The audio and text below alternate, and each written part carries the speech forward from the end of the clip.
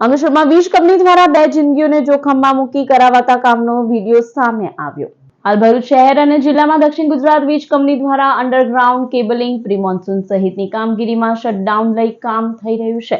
અંકલેશ્વર જીઆઈડીસીમાંથી વીજ કંપનીની ગંભીર લાપરવાહી સામે આવી છે। સુરક્ષા સલામતીના સાધનો વગર 2 વ્યક્તિઓ વીજ થાંભલા ઉપર કામ કરી રહ્યા હોવાનો વિડીયો સામે આવ્યો છે।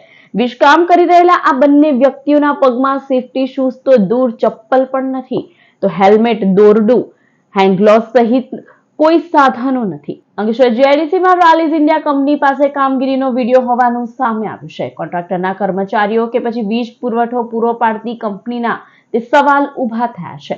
કોઈ જાનહાનિ થશે તો આમાં વીજ કંપની કે કોન્ટ્રાક્ટર જવાબદારી કોણ સ્વીકારશે કે દુર્ઘટના અંગે દોષી કોણ ઠરશે તેવા સવાલો ઉભા થયા છે। શું નામ તમારું? કનુભાઈ, તમને આ ચડવાનું કોને કીધું? ઉપર ચડવાનું કોને કીધું? હે, દિનેશભાઈ એના માટે ઉપર ચડતા હતા?